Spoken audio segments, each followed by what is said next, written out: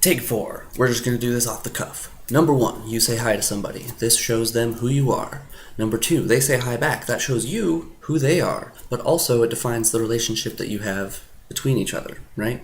Because the way that they respond shows how they want to interact with you, right? If you say hi and they also say hi, then they're friendly. If you say hi and they say go away, then they're not friendly, right? It defines that relationship between you, and of course it's way more complicated than that, on or off, but it's a huge spectrum. But anyway, so you say hi, that defines you, they say hi, that defines them and both of you. That defines the context of your conversation. Now you respond to their saying hi with, whatever you want to talk about, I guess. But it does not have to be within that relationship that was defined by their response. And that's a lot of words in a sentence, so I'll wait a second. But you say hi, they respond, that defines your contextual relationship. You respond again, stop doing that, and then you define how you see the relationship. See, it's not a one-way street.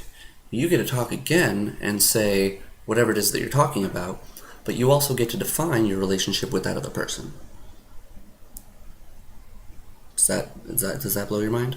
Anyway, so you say hi, they say hi back, that defines their relationship. You say something, and that redefines the relationship, and it redefines the context of the conversation, right? Then they respond to whatever you said, and they're not only responding to the words that you say, but they're also responding to the redefined context, the redefined relationship.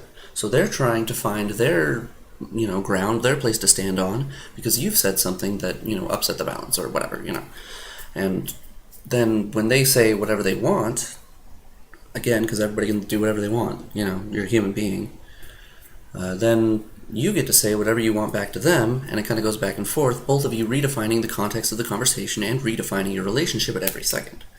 And you can follow step by step someone else's conversational context, and you can follow someone else's understanding of your relationship if you want to. That's how you have a really easy relationship. Your boss says do this, you say yes sir, yes ma'am, whatever, and you just go. That's a real easy relationship. You do what you're told. But that's not very fulfilling, isn't it? You're not gonna go out and watch a movie with your boss. You're not gonna go out on a date with somebody who's telling you what to do all the time. So you got to redefine the whole thing. You got to talk and say things that are important to you, not important to them, not important to their perceived understanding of the context or your relationship or the conversation. You have to say things that are important to you in order to redefine the context and to redefine the conversation and the relationship, right? And you can do this every single time you talk. Every single time you open your mouth, you're redefining this thing that's happening between us. I mean, it's not really happening between us because I'm just talking. But if you ever want to talk to me, let me know, and we can have that thing, that conversational presence. There's a thing there which exists and is moved and fluctuates based on what's being said and what's being understood by the two parties. So if you say hi and they say hi, you might not like the way that they said hi, and you might perceive that as them being negative towards you, when in fact they had no such intention. And vice versa, you say hi and they might think you're being rude. Who knows?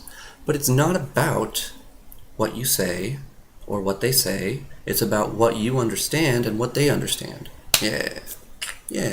See, that sounds like conversation, right? Doesn't that make sense? I have to breathe every once in a while because I talk a lot.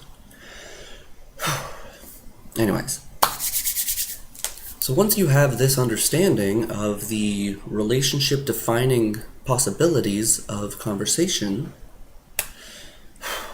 then you can define your future relationships according to your own desires and try to do different things through trial and error with different people to gain better relationships or to do whatever you want in a social situation. So your social anxiety is not a part of the picture anymore. What happened?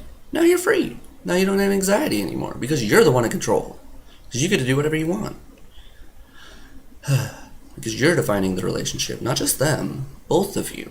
Both of you have that responsibility to yourselves, kind of to each other, since you do have to have some kind of a pretense of caring enough to talk to each other, right? But once you have that, then you can talk. Then you can do whatever you want. Then you can define your relationship in any way that you want by saying whatever you want. And that's how it goes. If somebody doesn't like what you have to say, then they move on, and you stay here. And if somebody likes what you have to say, then they stay here, and you keep talking.